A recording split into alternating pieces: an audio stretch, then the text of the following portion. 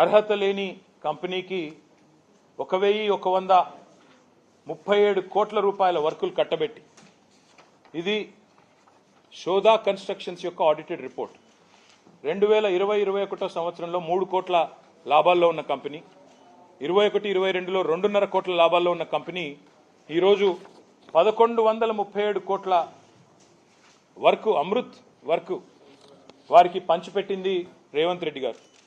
అర్హత లేని company, address లేని కంపెనీ, ఆయనకున్న అర్హతల్లా రేవంత్ రెడ్డి గారి బావమరిది కావడమే. ఆ కంపెనీకి ఈరోజు ఇంత పెద్ద ఎత్తున ఐహెచ్పి లాంటి కంపెనీతో జాయింట్ వెంచర్ కుదిరించి, ఇక్కడ చూడండి ఐహెచ్పి యొక్క దయార్ద్ర హృదయం ఎంత గొప్పది అంటే, వాళ్ళ హృదయం ఎంత పెద్దది అంటే, ఇంత పెద్ద కంపెనీ ఐహెచ్పి లాంటి కంపెనీ వాళ్ళేమో 20% పని చేస్తారంట. ఈ 1137 కోట్ల కాంట్రాక్ట్లో 80% పని రేవంత్ రెడ్డి గారి బావమరిది గారి కంపెనీ చేస్తుందట. ఏ కంపెనీకి అయితే 2 కోట్ల లాభాల్లో ఉందో ఆ కంపెనీ దాదాపు 800-900 కోట్ల వరకు వాళ్ళు చేస్తారట. మరి వాళ్ళకి పైసలు ఏడికెళ్ళి వస్తాయి, ఏదేడికెళ్ళి వస్తుంది చెప్పాలి. మేము నిన్న కేంద్ర పట్టణాభివృద్ధి శాఖ మంత్రి మనోహర్ లాల్ ఖట్టర్ గారిని అడిగినాం, కలిసాం, అందరం ఎంపీలందరం కలిసి చెప్పినాం వారికి 8,888 కోట్ల రూపాయలతో ఫిబ్రవరి ఈ సంవత్సరంలో మీ కేంద్ర ప్రభుత్వ డబ్బులు ఏవైతున్నాయో వాటికి టెండర్లు రాష్ట్ర ప్రభుత్వం పిలిచింది. 6 ప్యాకేజీల్లో పిలిచింది. ఈ 6 ప్యాకేజీల వివరాలు ఇంతవరకు ఏ వెబ్సైట్లో లేవు. రైట్ టు ఇన్ఫర్మేషన్ యాక్ట్ ద్వారా అడుగుదామంటే అక్కడ కూడా ఎలాంటి వివరాలు దొరకట్లేదు. ఎందుకింత దాచిపెడుతున్నారు, ఎందుకింత రహస్యం, ఎందుకింత గోప్యత అంటే ముఖ్యమంత్రి గారి బావమరిది కంపెనీ ఉన్నది కాబట్టి, ముఖ్యమంత్రి గారి మీద ఈగ వాలకుండా చూసుకోవాల్సిన బాధ్యత రాష్ట్రంలోని అధికారులదే కాబట్టి వాళ్ళు బయట పెట్టడం లేదు.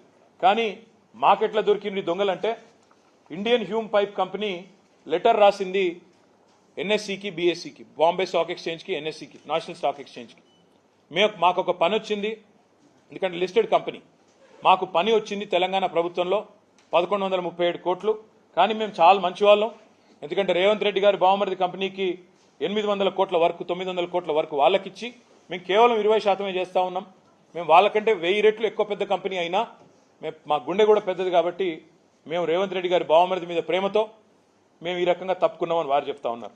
నేను ఒక్క మాట అంటా ఉన్నా రేవంత్ రెడ్డి ప్రభుత్వాన్ని, అదేవిధంగా కాంగ్రెస్ ప్రభుత్వాన్ని. రేవంత్ రెడ్డి గారు మీ బావమరిది గారికేమో అమృతం పంచి వాళ్ళ కొడంగల్ వాసులకు విషం పంచుతా ఉన్నాం ఫార్మా పేరిట. ఇది ప్రజలందరూ చూస్తూ ఉన్నారు. నిన్న జరిగిన సంఘటన, ప్రజల తిరుగుబాటు ఏదైతే కొడంగల్లో ప్రారంభమైందో, మీ బావమరిదికేమో ఇక్కడ అమృతు, మీ అల్లుడు గారి ఫార్మా కంపెనీకేమో కొడంగల్లో భూములు గుంజుకోవాలా, దానికి మీ తిరుపతి రెడ్డి గారి దాదాగిరి, అల్లుడు కోసం ఈరోజు కొడంగల్ని బలిపెట్టే పరిస్థితి ఈరోజు కనబడతా ఉంది. అందుకే ప్రజల తిరుగుబాటు కూడా అక్కడ మొదలైంది.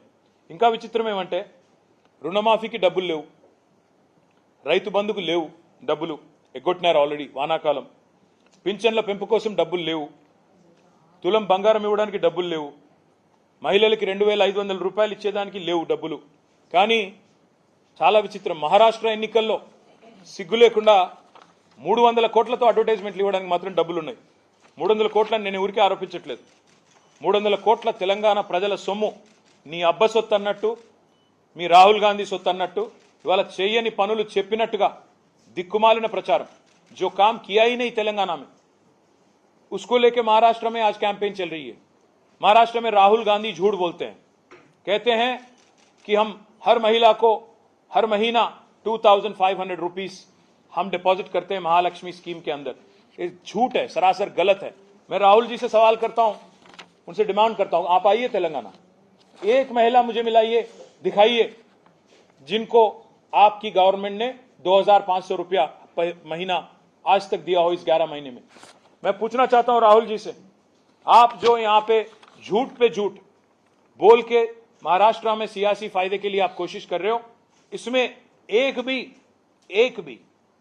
300 करोड़ खर्च करके जो आप कैंपेन कर रहे हो तेलंगाना प्रजा की धन के साथ, इसमें एक भी अगर सच्चाई है क्या, आप एक बार अपने आप से इंट्रोस्पेक्ट कर लेना.